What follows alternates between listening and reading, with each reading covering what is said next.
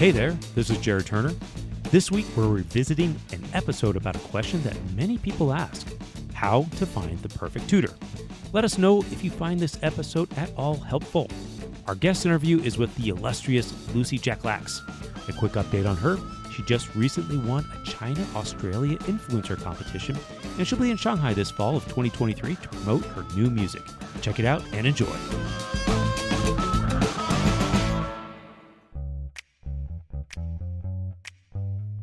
This is the You Can Learn Chinese podcast. For everyone who's trying to learn Chinese or reaching for the next level, you came to the right place. I am your host, Jared Turner, longtime resident of China, co-founder of the Mandarin Companion Graded Reader Series, Chinese blogger, and I find it strange, like how everyone suddenly cares about straws killing dolphins, because they've been breaking camels' backs for years. My co-host is John Pasden, co-founder of Mandarin Companion, founder of All Set Learning, the Chinese grammar wiki, Sinosplice.com, and has an intense phobia of negative numbers and will stop at nothing to avoid them. How can you be sure to find a good Chinese tutor? John and I will give you tips and advice on how to identify a tutor and who can help you take your Chinese to the next level. Guest interview is with Lucy Jak-Lax, an aspiring musician who fell in love with China, explored the diverse ethnic music of the country, and has even written her own songs in Chinese. All this and more, let's get to it. Hey guys, this is Jared Turner coming at you from Utah in the United States. And I am John Pasden in Shanghai, China. All right, Johnny, we got the show today.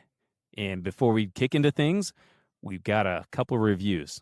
You want to kick us off? Here we go. A 5-star review from Blue Green Potato in Singapore. And he or she says, "The books are great, and so is the podcast. I first read their books and found them to be a great springboard to improve my Chinese reading. The podcast has many random helpful tips." Random and helpful, that's us. Thank you, Blue Green Potato. You just made my day.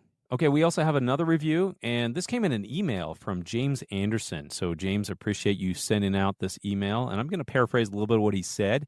"I love the Mandarin Companion books, and I have read almost all of them. The podcasts have great tips about learning Chinese. I pop back to your website every now and then and catch up on the latest tips. I like the new format last time I listened in. It works for me. In the podcast, you're always banging the drum on how important it is to be able to read quickly. So I thought I'd share this with you. Make whatever use of it you want. Best, James." And James, he sent me a really interesting story. I don't have time to go through it today on this podcast, but he gives a step-by-step on how he learned to increase his reading speed in Chinese, which is very interesting. And nowadays, he says that his reading speed in Chinese is faster than his reading speed in English. So that's really fascinating. Something might want to talk about a little bit later. Yeah, it's pretty cool. He did a lot of reading, though, and he applied some speed reading techniques. All right. So it's a 5-step plan. Chinese teachers hate this guy. Learn to read fast in Mandarin in 5 easy steps, right? Yeah, Chinese teachers hate nothing more than people learning to read quickly. Ugh. I know.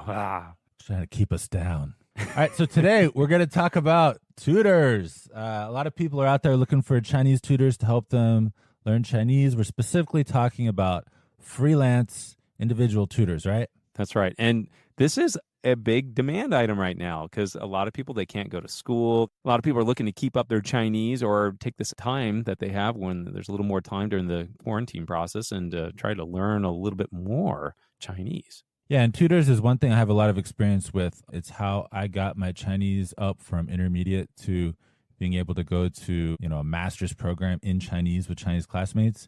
And there are a lot of pitfalls.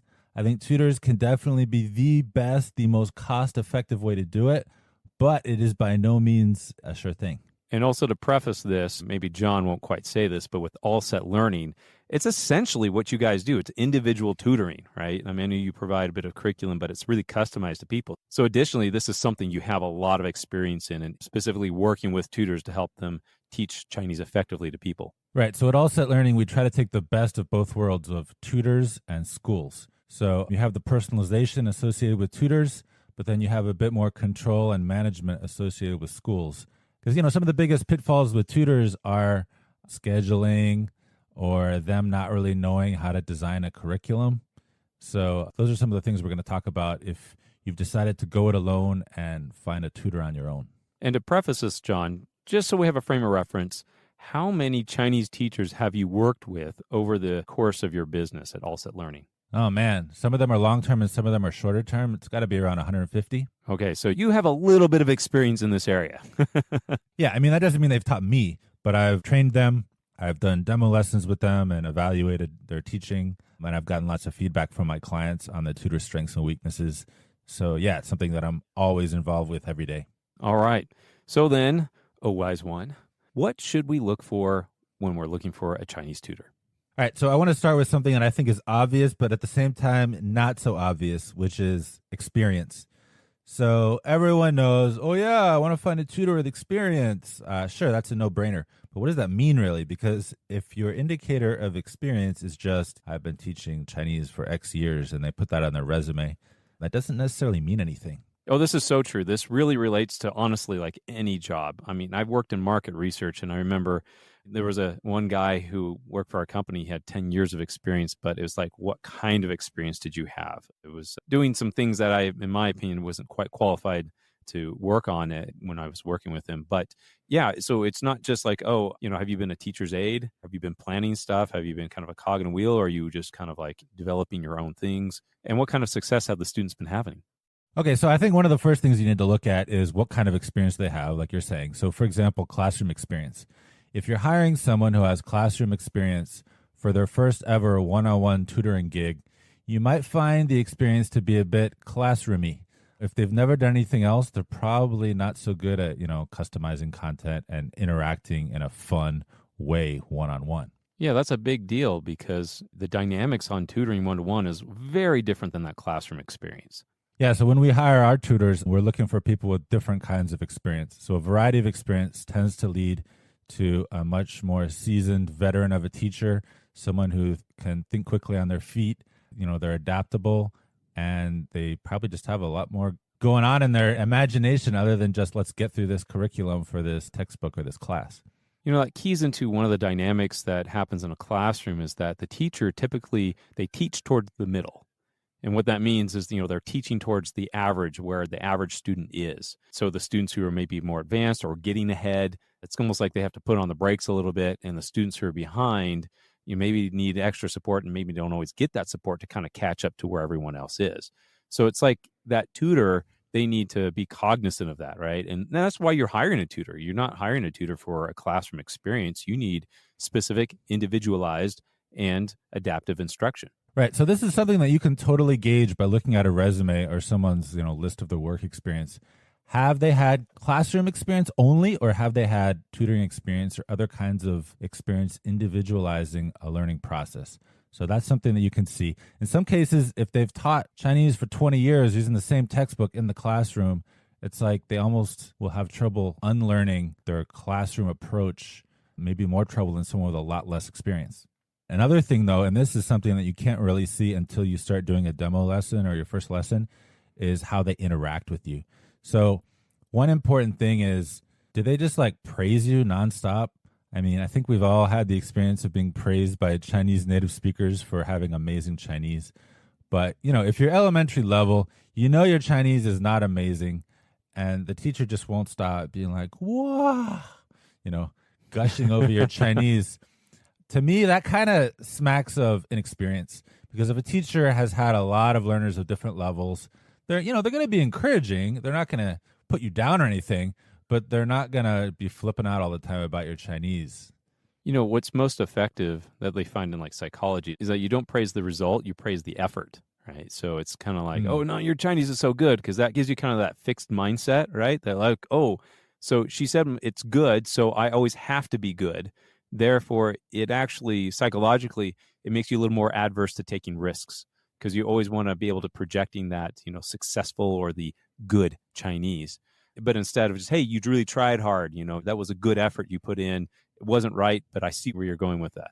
Or one thing that our teachers like to praise, and I like to praise among our clients at Allset Learning, is you did a lot of prep work. I can tell you did a lot of work preparing for this lesson, and that is great. Because that's praising effort, really. That's what it is. Exactly. Okay, so one is how much they praise you, but another is just how much they push you. If you know that your pronunciation has issues, your tones are all over the place, but the teacher is barely correcting you, then that right there is a signal that this teacher may not have like really high standards. And for me and my clients, like we have high standards. We want our pronunciation to one day be native like or as close as possible. So we want a teacher that's going to help us get there. And this is a bit of a balancing act. Like the teacher can't be correcting every single sound that comes out of your mouth, but at the same time, you want to feel like they're pushing you. So that's an important thing there. Yeah, John, what do you think the line is on that? Because like you said, there are some people like they're stopping you all the time and interrupting you and say, oh, you didn't say it wrong. This is the way to say it versus, like no correction at all. So where do you think is more appropriate? Well, I like kind of a two-pronged approach. If you're doing pronunciation practice, which I think is really good and everyone should be doing, especially at the elementary or below level, but even at the intermediate level. If you're doing pronunciation practice, then the teacher should be giving you immediate feedback on every word or a line that comes out of your mouth. That's the whole point of pronunciation practice, immediate feedback. So that's one kind. But then the other kind is conversation practice. So if you guys are talking about something, this is the real purpose of language. This is communication. You're trying to tell the other person what you're thinking, how you feel.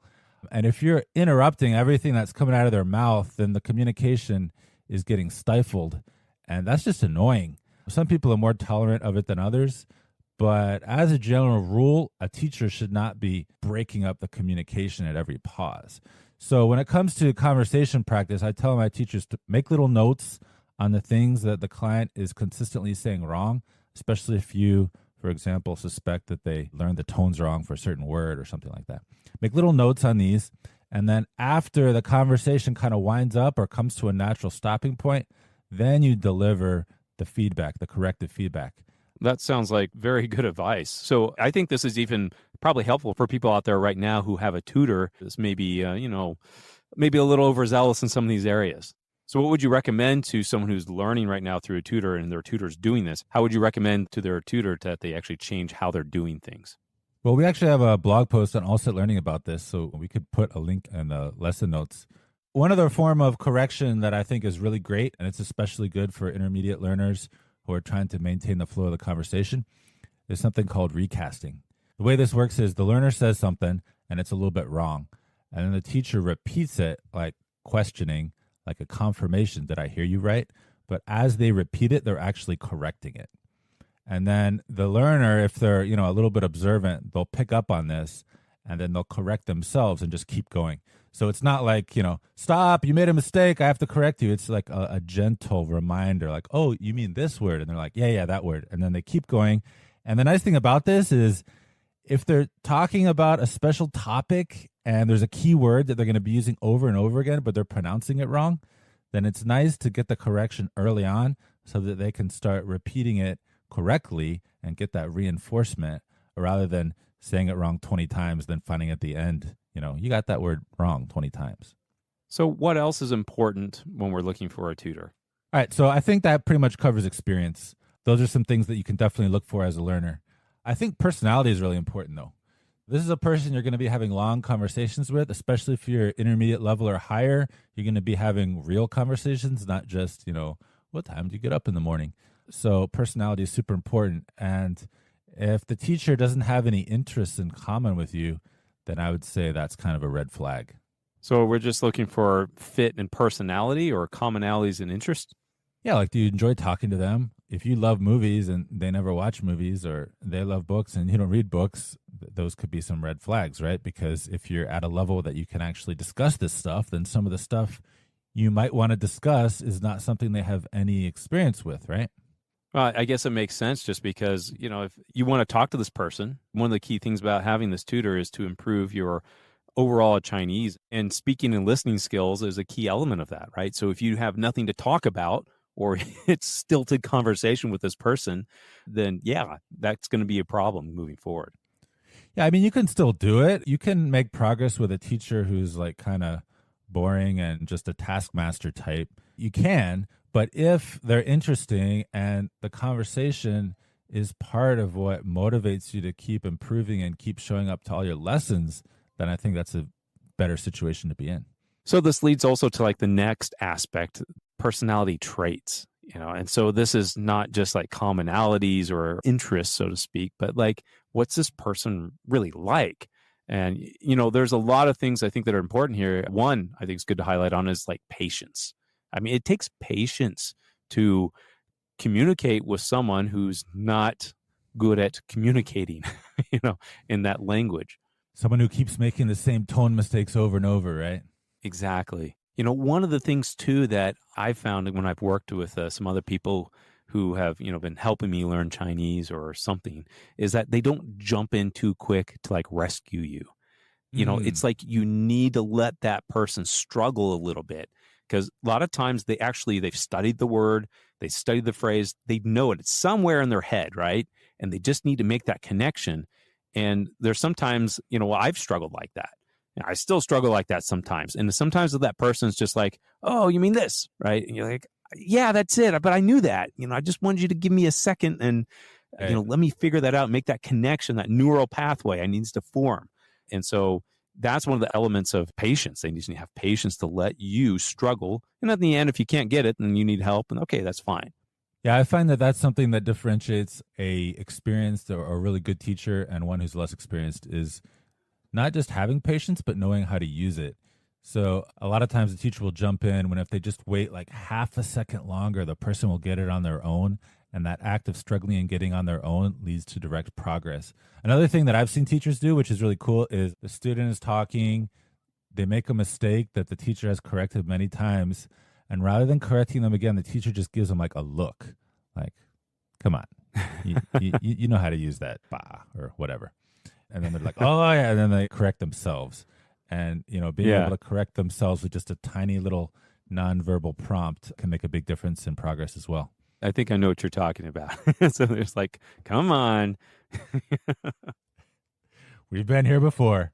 But also on the topic of personality traits, I think this is really important is how extroverted or introverted the teacher is. Because like if you're a talker, then you might not want to find a teacher who's a total talker. And by the same token, if you're very introverted and you hire a teacher who's very introverted, that could be kind of an awkward series of lessons you have. That's true. Like we have this one client who's quite introverted, and the two different tutors I have teaching him, one of them is more of a talker, so he's more okay with it. Of course, he's trying to get the guy to talk as much as possible, but he doesn't struggle with it too much. But one of the other teachers is less extroverted, so she really has to like do a bit of extra prep to make sure that she can get him talking. And it's okay, she'll do the prep. But when you're dealing with like an unknown tutor, you don't know how much work they're going to do. It can be easier to just find a personality that's going to match better with yours. Oh, that's so true. And, and that's one of the aspects, though, of having a good tutor is that they'll find ways to start conversation. It's not that you have to have a whole lot of things in common or really get along with the person very, very well. It comes down to the skill of the teacher, right?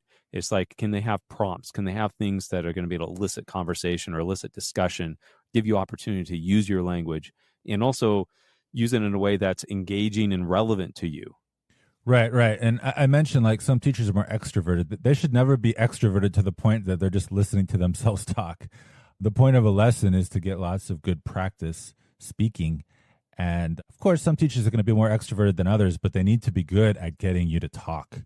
And if you do a demo lesson or something and they're not getting you talking, they're not asking any interesting questions, they're basically only asking yes, no questions, well, then that's also a bad sign for future interactions. Oh, absolutely.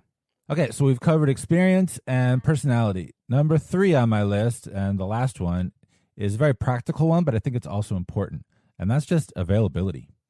So if you're going to hire a tutor and they have a very rigid schedule, like I only have time for you this 1 hour block, these 2 times, and you know for a fact that you're sometimes going to need to reschedule, then be realistic, right? You might not be able to have more than a couple lessons a month with this person.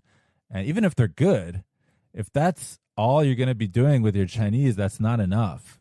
So you need to consider a teacher's flexibility, their availability, schedule-wise. It's interesting that you bring this up because I've had a lot of friends who have tutors, and I remember one specifically is like, oh yeah, my tutor were like, she's always rescheduling, something came up.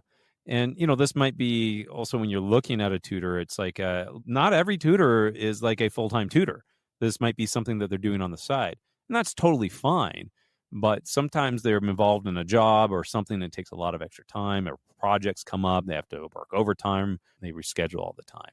But that also can be a problem on the client's end, on the learner's end too, right? Because I've known a lot of learners that they will constantly reschedule their tutor. Yeah, and that's what I have to deal with at my business, because what we do is we manage that for the clients. And a lot of our clients are super busy with work, and so they keep rescheduling. So one of the ways that we deal with that is we have multiple tutors for each client, and that gives us a lot more flexibility. But, if you're hiring an individual tutor, you don't really have that as an option. But aside from tutors sometimes having a separate full-time job, which limits their availability, there's also the case where, like, some superstar tutors have a big, long list of learners, and they just don't have a lot of time in their schedule. And if your schedule is pretty fixed and you can work with that, then great. That might be the best tutor you ever have. But if your schedule needs more flexibility, then you need to be aware of that and maybe prioritize that when you're looking for somebody. Jared, let me return to one other thing that you just mentioned, which is how reliable they are. Like, are they canceling? Are they constantly changing times? And this is one that I think is really hard, because how can you know that from a demo lesson? People don't put that on their resume. I frequently cancel my lessons. So what do you think? I think it really comes down to how serious are you about learning Chinese?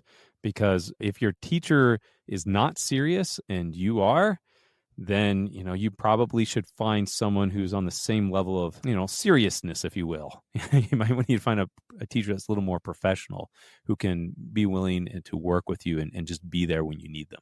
Yeah, that's actually a pitfall that I see a lot, which is someone looks for a tutor, they find someone who seems pretty good. Maybe they don't have a lot of experience, but they're very serious. So then they start lessons, they go pretty well.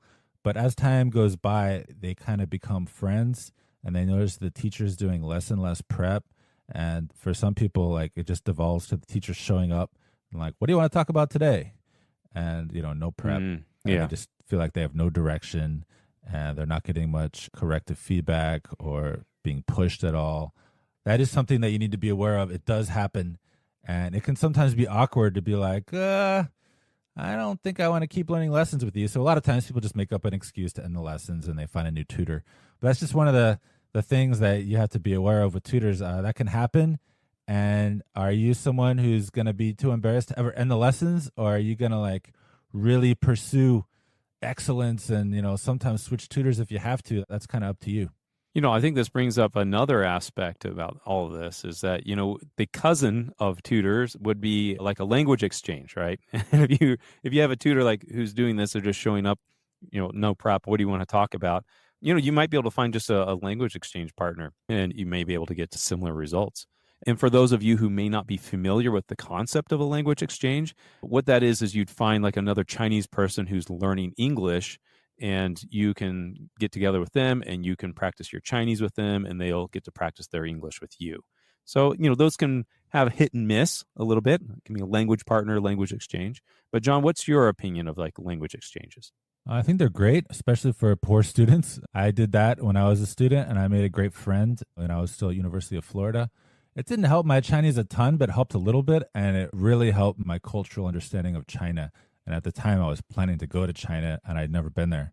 So it was super, super useful. But actually, getting back to the tutor thing related to language exchange, and this is a point that I wanted to make too. If you want to hire a tutor that doesn't have a lot of experience, but they seem smart and capable, you can if you do all the prep yourself. So when I was preparing to go to grad school in China, I found someone who I thought was smart. She didn't really have any experience teaching foreigners, but she wasn't weird when we talked. She wasn't excessively praising me.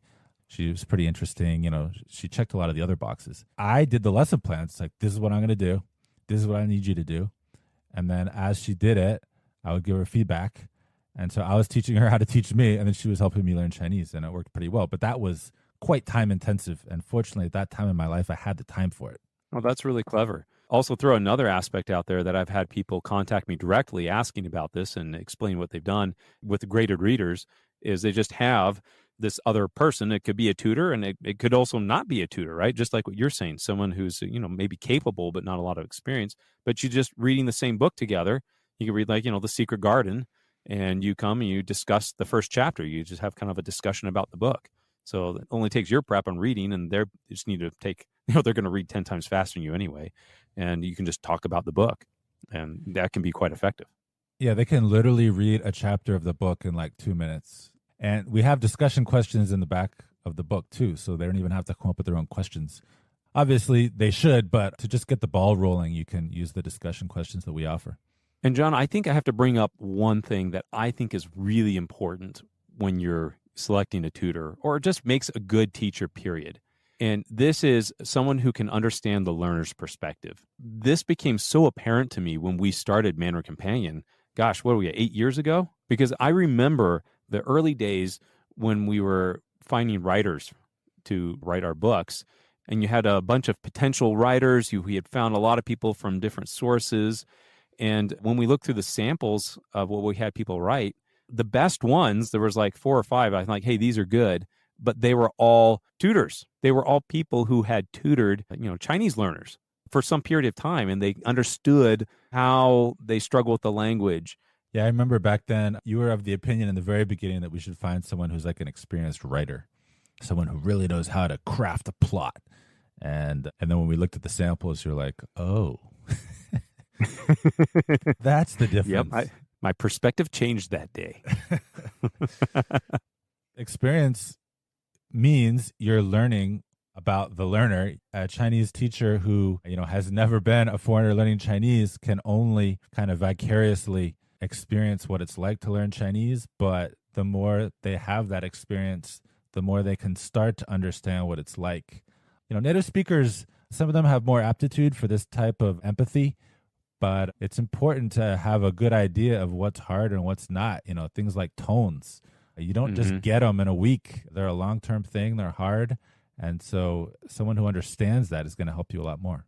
For all of our listeners right now, you sitting there with your headphones on, having a listen, this is probably even why you're listening to this podcast, is because you're listening to John and I, who have learned Chinese and been through that process. And we know what it's like. We know the challenges that you face. And John, that's something that's even made us Mandarin Companion effective, is that we understand how hard it can be. But the great thing about Chinese is that you can learn Chinese. You can learn Chinese. Good luck finding those tutors. Don't give up on one bad tutor. It sometimes takes a bit of time. You got to kiss a few frogs before you find your prince or princess. There you go. But you shouldn't be kissing your tutors.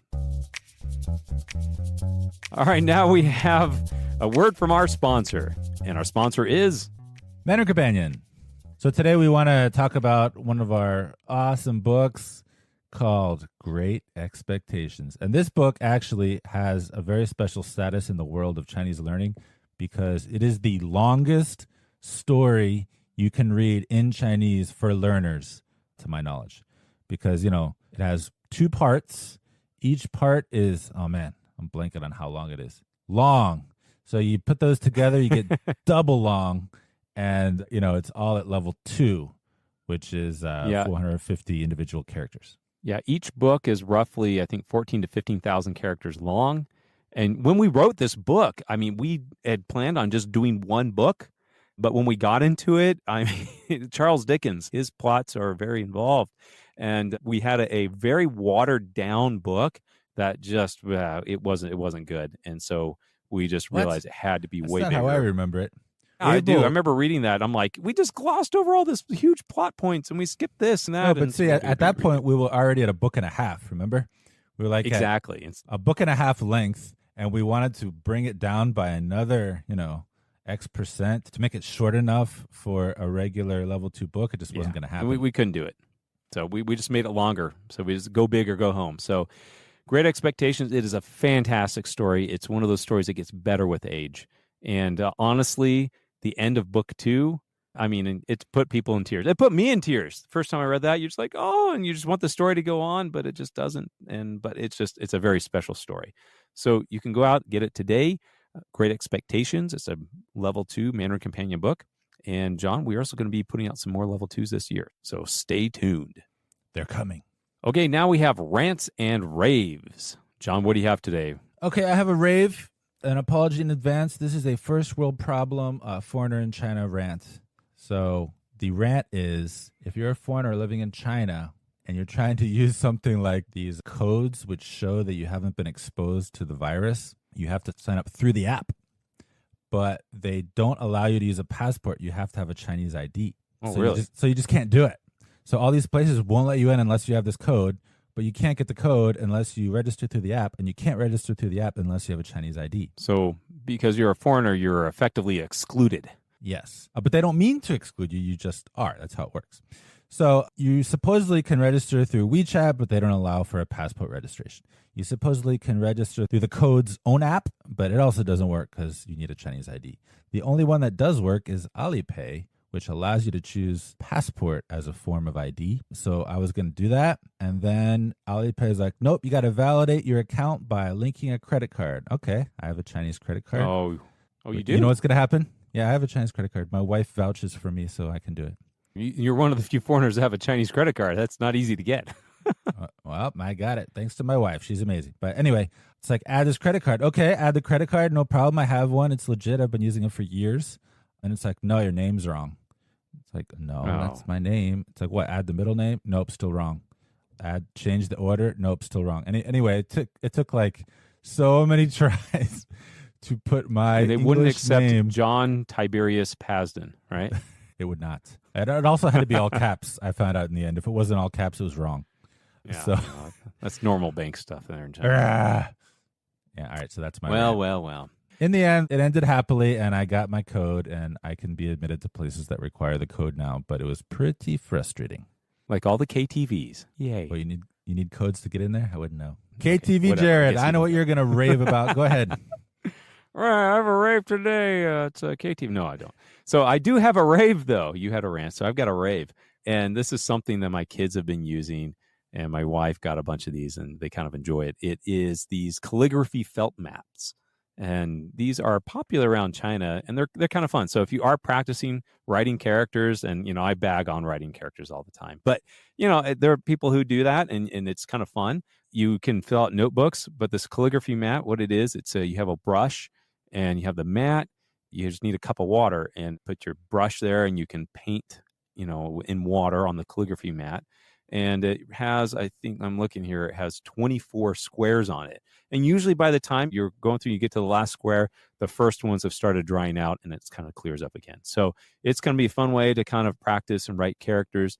And they're not too expensive. You get them on Amazon for like $8. If you go on AliExpress, it's like $2. So it's a lot of fun. They're called calligraphy mats. So Chinese calligraphy mats. And you can just search for them on Amazon or wherever you get your felt calligraphy mats. I feel like we need a picture or a video of this. Maybe I should make one. But this also makes me think of, it's like the junior version of those old guys in Chinese parks that have the big sponge brushes and they're doing calligraphy on the stone ground in the park. Oh, precisely. Yeah. In the old school of this was what you had, like those little stone trays, and it was sand, right? You'd write your character in the sand and then let the little thing you borrow go out and wipe it off, right? Like an Etch-a-Sketch. Yeah, that's old school. But John, you're old school, right? I bet you learned that way. I did not. Pencil and paper for me.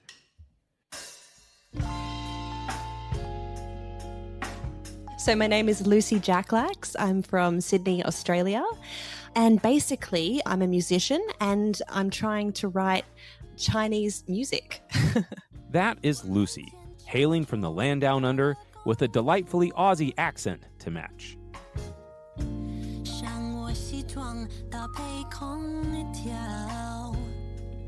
Actually, I haven't found anyone else doing what I'm doing, which actually makes me a little bit more excited about doing it. I'm hoping to sort of carve out a space here. She's an avid fan of our Chinese memes on Instagram, and her career pursuits have found her at the intersection of music and Chinese. And it all started, I think when I was 16, I went over to Beijing for a couple of weeks. I stayed with my mother's friend, and I had my first taste of China. Stay with us.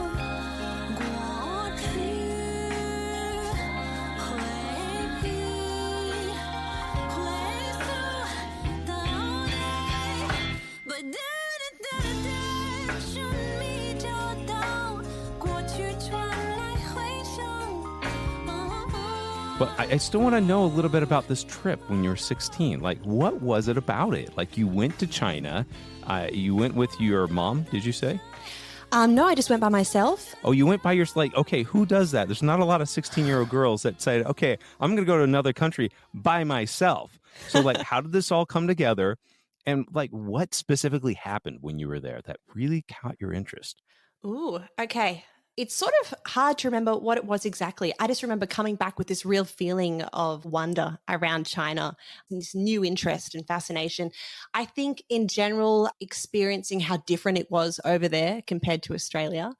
I think experiencing Chinese people and just the kindness of Chinese people, absolutely. I think all of this are really awakened in me, this desire to know more. So were you by yourself or were you with a tour group? Oh, so yes, I was by myself, but my mother's friend, I think she was a journalist at the time, she would sort of introduce me to kids she knew in the neighborhood, and I'd go and hang out with them. And I think they'd take me out places, and I felt like a street kid in the city running around, and that was fun. I guess it felt really adventurous, and I thought, oh, cool, China's a place where I can have a real adventure of my own. Yeah, I remember my first time to China. It was also to Beijing. I remember that feeling. It's the, in the terms of culture shock, they call it the honeymoon phase. You know, everything's like, wow, it's exciting. Everything's brand new, right?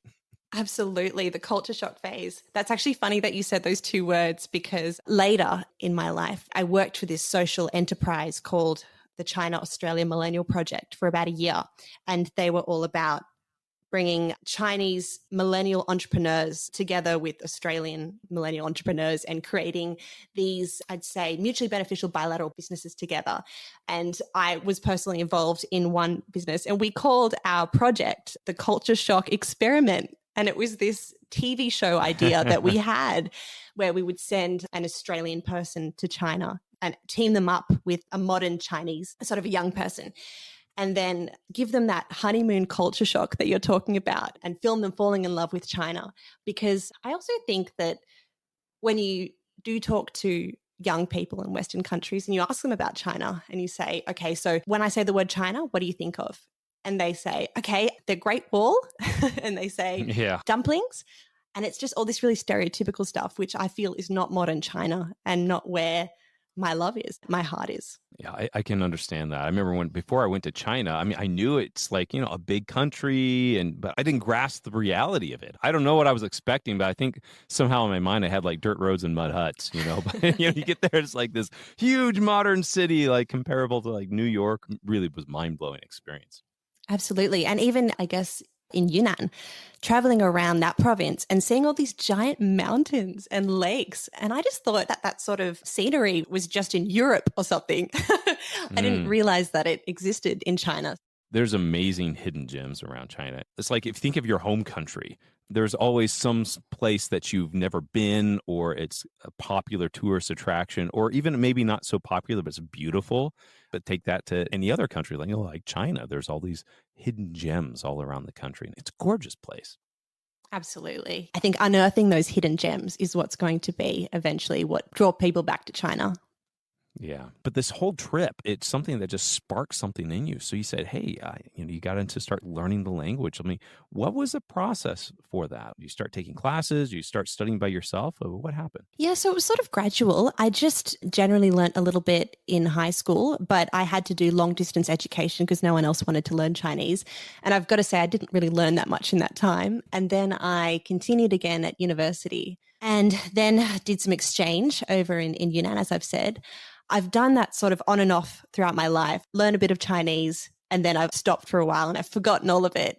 And then I've started learning again, and it sort of all comes back pretty quickly, but then I stop and then I forget all of it again. So it's been that cycle. I want to hear about this exchange experience.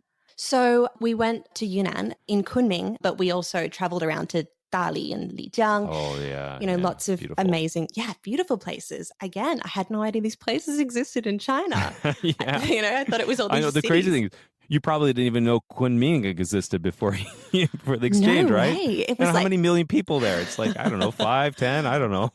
Exactly. Country China, there are chickens running across the street. What? It was so funny. I suppose Yunnan was the second step Oh, just for listeners, Yunnan, it's on the very southern end of China and it borders the north end of Vietnam. So it's kind of a exotic tropical place. Totally exotic, tropical. And it's also, I think, 36% of the ethnic minorities of China live in Yunnan. Yeah. So just this, hot seat of culture, of food, of everything. And me and my friends just did a bit of a road trip, and we had the option of going on an English speaking tour or a Chinese speaking tour, which was dramatically cheaper. So we did the Chinese speaking tour, and we sat on a bus for, hours, 7 hours every day. And this Chinese tour guide would just scream at us from the front of the bus, telling everyone else, who was Chinese on the bus about the surroundings. And they got one of those little microphones with the speaker on their belt, right? And it's like the sound quality's terrible. Yeah, I don't know why, but he just had to yell every word. and they're carrying a big flag on a little wiry pole. You have to follow them around. Okay. But, all of that, it made it sort of more fun for me and my friends. So the thing that happened in Yunnan for me, and during that travel and that exchange, was I discovered Minzu music, so ethnic music, Chinese folk and traditional music. And I have this vivid memory of riding a horse through, I'm not sure where it was, but this big, beautiful open plain, and all these Chinese people around me riding horses, and one of them singing this amazing Chinese folk song just out into the ether. It was such a moment. It was a magical moment. Wow. And I heard Chinese folk music for the first time, and I went, wow, what is this? And I got really excited about it. And I think my friends weren't nearly as interested in it as I was. But to me, it was so different, and it was just so beautiful. And I could see that music had been written to occupy the space, that it existed in. So in that beautiful open plain, riding a horse. So I came back to my university in Australia once that was finished. And I said to my professors, okay, I'd like to start learning Chinese folk and traditional music, because at the time I was studying a classical music degree, an opera degree. And my professor said to me, Lucy, there's no one that can teach you that here. We don't teach that here. You can learn Italian and French and Spanish opera, but we don't teach Chinese music. And so I sort of went, okay, I'm going to teach myself, and ended up sort of applying the classical method of learning music to Chinese music, and sort of had to figure it out for myself. What was that process? It sounds like something you learned, but now you're applying that to Chinese. Yeah, absolutely. And I think in general, this process is only really applied to opera and to classical pieces when you're singing in another language, but I'll apply this process to a Chinese pop song. So basically, you have to first, dependent on what song you're given, or if you're choosing a song, it's like choosing a Chinese name. You've got to go and consult with Chinese people and figure out what's appropriate. And it's almost always Mo Li Hua. It's almost always, that's always the song they want you to sing. I'll show them this repertoire, and I'll say, look, I can sing all these songs that I've learned. And they'll go, Mo Li Hua is the one that we want. So anyone listening, Mo Li Hua, that's a very traditional song. And I remember I went to a Chinese language competition, and part of it was like singing, and like half the people sang that song. It was like, okay, that's enough. Really? Tangent. The very first time I sung a Chinese song was during the Han Yu Chao speaking competition, when the Confucius Institute at my university talked me into entering, even though my Chinese was terrible. But I was sort of always looking for opportunities to do things. And they said, okay, Lucy, we'll do it. And the song that they picked for me was 爱我中华, which means, it's like, I love the Chinese motherland. And I sang that for my talent portion of the Chinese language competition. And they absolutely loved it because it was super patriotic. And I was telling everyone how much I love China. Red meat out to the judges. Totally. And actually, that was my first year of speaking Chinese. And it was so bad at that stage that I didn't get through it all. But I had so many opportunities. Just as soon as people knew that I could sing in Chinese, I had one contestant come up to me and we collaborated on a song together, which we then went over to Shanghai Jiao Tong University in 2014 and performed at a festival there. And then I had someone else from another Chinese institute see me sing, and she sent me to Beijing. She scouted me, and I went and sang at the Great Hall of the People. Wow, that's neat. Yeah, so I feel like so much just came from this one opportunity where I put myself out there and spoke some terrible Chinese, which I feel like That's a great testament to just, the whole process of learning Chinese and all the opportunities that come with it. That's a story I hear time and time again. I'm not your specific story, but like that. It's like, I just tried. I just spoke. I just went out there and then things started happening. It's not just a principle for learning language. It's also, I think a principle for life. You can't steer a parked car. Absolutely. And I think I've often been a perfectionist, and a mentor of mine told me, because I said, hey, so I'm going to start doing this Chinese music thing. I've got this plan to do this, but I'm going to wait until my Chinese is a bit better. And she said, I think actually if you start now, people actually enjoy the journey of you improving as you go along. And actually, you'll never actually be good enough anyway. You can speak to, I'm sure so many fluent native sounding speakers who learn idioms just for fun. And they'll tell you, oh no, my Chinese is terrible. Oh, this is so bad or this is so bad. So you're never going to be good enough anyway. So may as well start. Well, how did you get into actually writing songs in Chinese? Yeah. So my quarter life crisis happened. And so I turned 25. I turned 25 and I really wanted to just figure out and be really clear on what I wanted to do with my life and my career and, what was in line with my values. And I sort of had a look, okay, so here are my skills. Some of them include I can sing, I'm a professional musician, and I can speak some Chinese. And I'd had some success around Sydney and around Australia singing Chinese music. I was like the go-to girl for Chinese performances at cultural events and festivals and corporate and government events. And I'd had a pretty good response so far when performing to Chinese audiences. Actually, sometimes they would have me off stage and they'd start the song and I'd be singing the first couple of lines off stage, and then I'd come onto the stage and it would be like, wow, it's actually a Caucasian girl singing Chinese. Blonde hair, like frothing in the mouth right there. Well, actually, I think I was feeling the same though, because I'd sort of get on the stage and people would be really excited and happy. And I think that they appreciated that I'd learnt the Chinese song, but I was sort of there going, hey, I've put in hours of work into this and training, and I'm just so happy that I get to share this thing with you that I love, that I really appreciate. It's a two-way thing, I think. Oh, that's really neat. So my quarter life crisis, all right, so maybe I can use these skills to continue performing Chinese music, but also write my own music that can hopefully be a bit of a fusion of Western and Chinese music, or just Chinese lyric music, that can be a form of soft power, in that I can try to bring two countries together, try and improve the relationship between China and Australia, or, China and wherever, because I think music's a powerful thing. I think art, even in general, is not to be underestimated. And so I thought, cool, if I can have that sort of influence, if I can have that sort of purpose, that's a great thing. And why not give it a go? Well, that's cool. So I don't even understand the full songwriting process. Yeah. So we have that one song of you and we played on the intro here. So how did that come about? Yeah. And of course, writing Chinese music as well, I'll just add, is for me, I'm learning this process as well. I'm learning how to write fusion music in some songs I'm currently writing at the moment. I've been really wanting to add in Chinese traditional instruments. So I've sampled a few of those. And anyway, those are all works in process.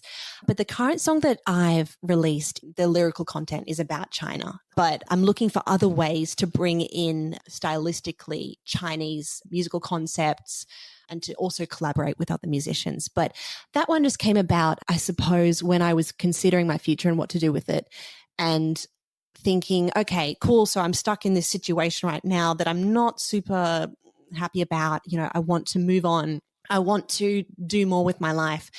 And that song in general is just about being unhappy in a situation and sort of looking deep within yourself to figure out, what I want is to go and adventure and seek more wisdom and more meaning. And you can find the answer deep within yourself. Wow.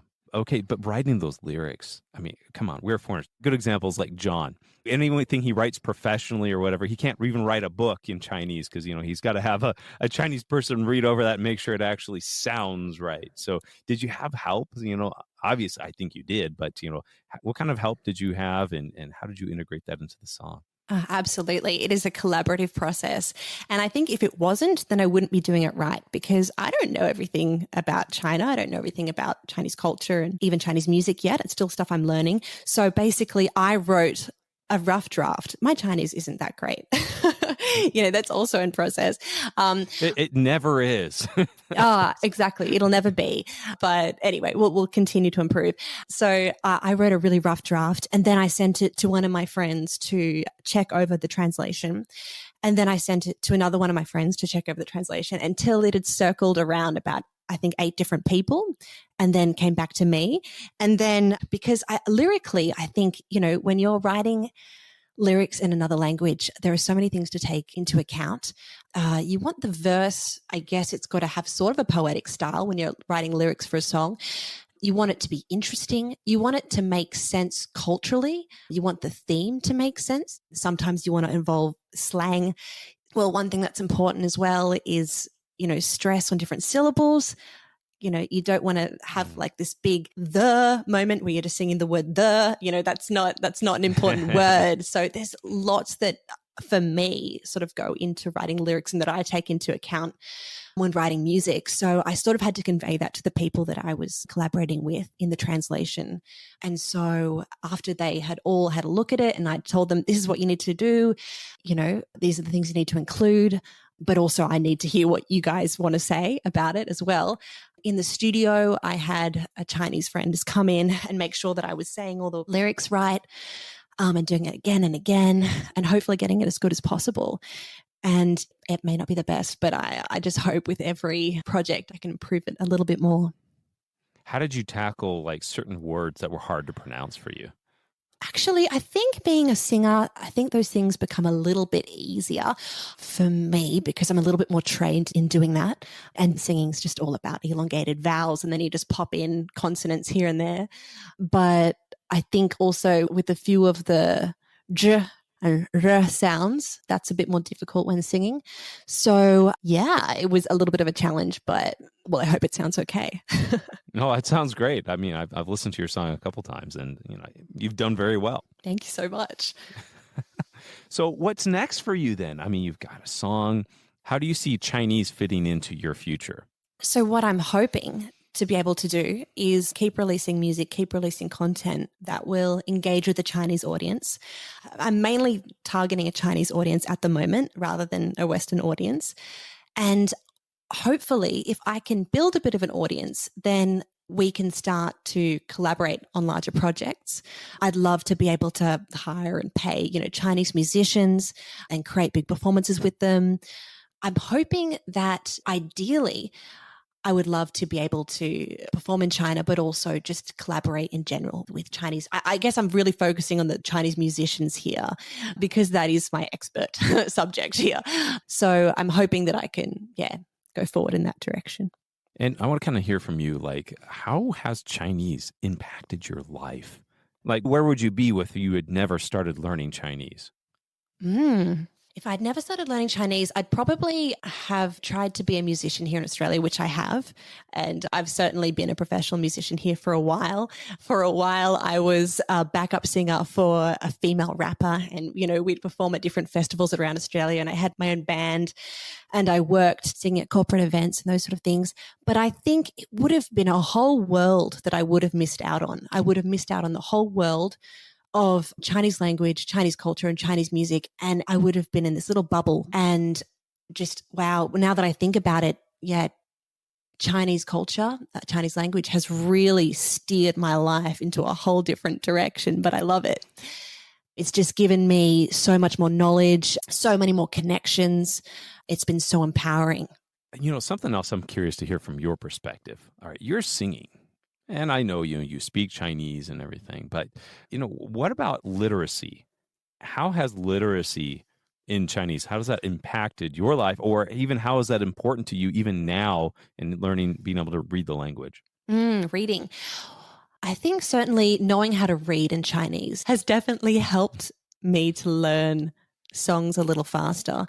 But I think in general, when you start learning Chinese, you don't really focus too much on the reading, do you? Because you just want to start communicating and speaking. But I think a real big part of Chinese communication is via WeChat. And when you're living in China, when you're speaking to Chinese people, it's generally via WeChat and it's always in Hanzi. It's always in Chinese characters. So I think gaining literacy in Chinese characters has been really important in a lot of communication and access. Well, as you're talking about that, it brings something else to mind that you had mentioned before about, writing lyrics. A lot of it's poetic. Music is poetry, right? And I don't know if you've gotten into reading any Chinese poems. It's not something really I've done a lot of, but when my kids were in Chinese school, their textbooks often had poems in it. And I learned to really appreciate that. And can be so deep meaning in the poetry, and especially Chinese poetry. And because there's so many homonyms, I would think that, gosh, wait a second. If you're writing music, delving into characters can be very important and help you understand the deeper meaning and different layers that can be behind a song. For sure. And I think that Chinese poetry and Chinese lyrics to songs are super interesting, especially to me. But I also understand when people don't want to jump into that straight away, because you want to be able to just generally have a conversation with people. And generally Chinese lyrics and poetry are, quite poetic, and you wouldn't necessarily use them in daily conversation. But I think that it can really make the study of Chinese really enjoyable and give it a bit more meaning. Oh, absolutely. When people have asked about this before, in fact, I had this question. It's like, will learning Chinese poetry help me to improve my Chinese? And my general answer to that is no. It's not a great way to improve your Chinese, but it's a great way to appreciate the Chinese once you've reached a certain level. Absolutely. Agreed. And also, you now have a song that you can sing at KTV. Yeah. KTV, for those listeners, that's a ubiquitous form of karaoke throughout China, right? Absolutely. And you've got to have at least one song. Definitely. What's your song? Oh, no. I got to hear, what's your go-to KTV song? Anything, it can't be Take Me Home Country Road. So. It's anything Deng Li Jun, anything Teresa Teng, any of those really corny, cheesy classics, old school Chinese classics. And everyone's probably sitting there like, yeah. Yeah, well, the thing is, every Chinese person in the room knows it. And yeah, so it's an easy one. So, Lucy, tell me, for someone who's out there learning Chinese right now, what advice would you give to someone? I think there are a couple of things. I think you've got to figure out what your motivations and what your goals are. I mean, I think mine are really clear to me. But for you, I think clarifying that is going to help you achieve your goals faster and also design your learning. So if you're a bit more of an extrovert like me, I'd encourage a group class because, you learn from other people. They sort of hold you accountable. And also, my other advice is go live in China. Even if it's a short stay, it doesn't have to be a year. It can be a month. It can be 3 months. There are so many language courses out there for you to take advantage of and so many scholarships on offer that I really encourage you to just go and try it out, because I think that being in that language environment, you'll learn Chinese so quickly and it will be such a life experience. And if you could go back and do it over again, what would you do differently? The only thing I think I would maybe tell a past version of myself is, to not be fearful of living in another country, because I was generally very excited to go and do that. But, there are always some fears that come with that. And I had a little bit of fear about doing it, but I would just say, don't even worry about it, because going there, any problems you encounter, you'll solve them when you come to them. But also you're going to have so much fun that any issues you encounter won't matter anyway. So, Lucy, if people want to hear your music or learn a little bit more about you, where can they go? Okay, so soon my music will be available on all Western and Chinese streaming services. Otherwise, you can find me at my Instagram page at Luscious, LUSH_ESS. I haven't come up with a Chinese name yet. I'll have to listen to your podcast about that and think about one.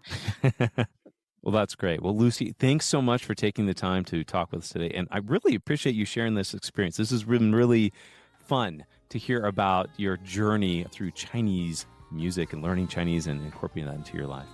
Oh, thank you so much. And look, I just hope some people will maybe investigate Chinese music a little bit more, maybe open their minds and their hearts to embracing Chinese music.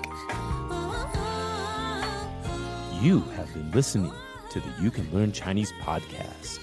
Help us spread the word by sharing this with your friends, classmates, teachers, cousins, gardener, taco lover, picture taker, rain dancer, book reader, and a one guy named Dylan.